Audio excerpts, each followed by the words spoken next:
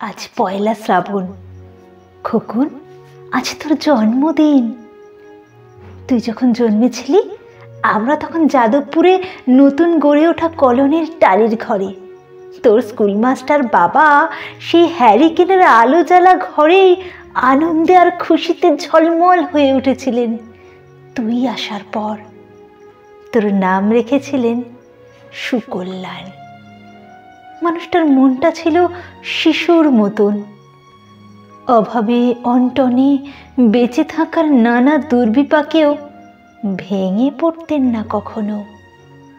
সকলের ভালো চাইতেন মন থেকে। বলতেন, দেখো একদিন এই দেশের মানুষ ঠিক খুঁজে পাবে মুক্তির পথ। শোষণ থেকে মুক্তি, দারিদ্র্য থেকে মুক্তি, অশিক্ষা থেকে মুক্তি। আজ পয়লা শ্রাবণ। খোকন, আজ তোর জন্মদিন।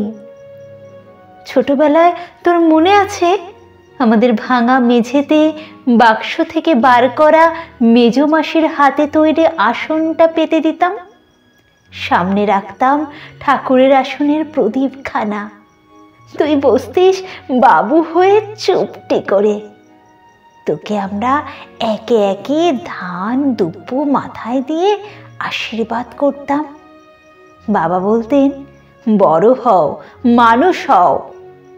তোর বাবার সেই বন্ধু ঘোষ কাকা, তিনি বলতেন, বেঁচে বর্তে থাকো। তুই জিজ্ঞেস করতিস, মা বর্তে মানে কি মা? আমি শুধু তোর মাথায় ধান দুব্বই দিতাম, বলতাম না কিছুই। শুধু মনে মনে বলতাম, ঠাকুর আমার খোকনকে মস্ত বড় মানুষ করে তোলো। আমার খোকন যেন সত্যি মানুষ হয়, ওর যেন কখনো কোনো বিপদ না হয় ঠাকুর।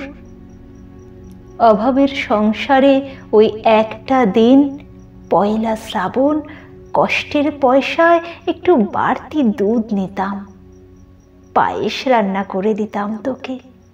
তুই খুব ভালোবাসতিস পায়েস খেতে। তোর বাবা বাস স্ট্যান্ডের দোকান থেকে নিয়ে আসতেন তোর প্রিয় মিষ্টি ছানার গজা। সামান্য স্কুল মাস্টারিতে কি বা আয় হতো, ঘরে বসে ছাত্র পড়িয়ে আসতো কিছু। দাও দাও অভাবের আগুনে সে রসদ পড়তে সময় লাগতো না। তোর বাবার জামা সেলাই করতাম আর বারবার বলতাম, আসছে মাসে একটা জামা বানিয়ে নিও। উনি হেসে উঠে বলতেন, বাদ দাও তো, খোকন বড় হচ্ছে, ওর জন্য ভাবছি দুধ রাখতে হবে আরো আধশের। দুধে শক্তি বাড়ে, বুদ্ধি বাড়ে। শক্তি আর বুদ্ধি না হলে তোমার খোকন মস্ত বড় মানুষ হয়ে উঠবে কি করে? ভাবছি আরো দুটো টিউশনি নেব। ছাত্র পড়িয়ে পড়িয়ে মানুষটা দিনের শেষে ক্লান্ত হয়ে যেতেন।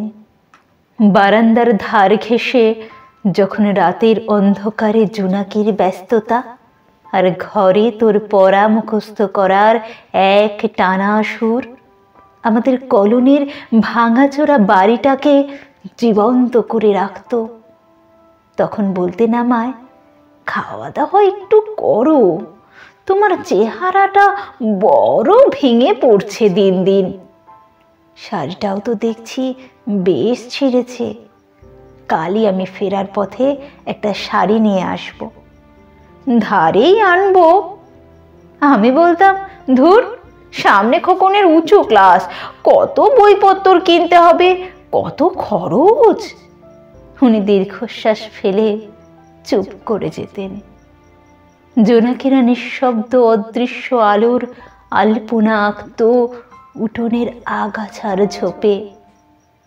আবহ সঙ্গীতের মতো তুই ভেতরে বসে পড়া মুখস্থ করতিস, ইতিহাস, ভূগোল, গ্রামার।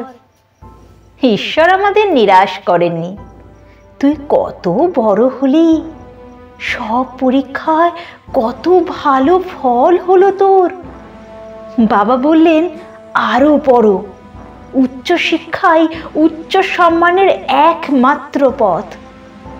তুই আরো পড়লি, তারপর তোর চাকরি হলো কত বড় অফিসে। মনে আছে খোকা, প্রথম মাসের মাইনে হাতে পেয়ে তুই কত কি কিনে এনেছিলি? তখন তো আমরা উঠে এসেছি শ্যামবাজারে, 2 কামরার বেশ সাজানো গোছানো কত বড় ফ্ল্যাট তোর অফিস থেকেই তো দিয়েছিল। সেই বাড়ি, সেই ঘর, সেই ব্যালকনি, কত স্মৃতি, কত ছবি। ওই বাড়িতেই তো আশ্বিনের ঝোড়ো বিকেলে, তোর মনে আছে খোকন, তোর বাবা যে দিনটাতে চলে গেলেন? মনে আছে তুই বাবার বুকের উপর পড়ে যখন কাঁদছিলি হাপুস নয়নে? সদ্য স্বামীহারা আমি সেদিন তোর সেই অসহায় মুখ দেখে আরো বেশি করে ভেঙে পড়েছিলাম। তোকে বুকে টেনে নিয়েছিলাম ছোটবেলার মতো, বলেছিলাম, কাঁদিস না খোকা, আমি তো আছি। আজ পয়লা শ্রাবণ, কলকাতা থেকে অনেক দূরে মফস্বলের এই বৃদ্ধাশ্রমে আমি একেবারে একা খোকন।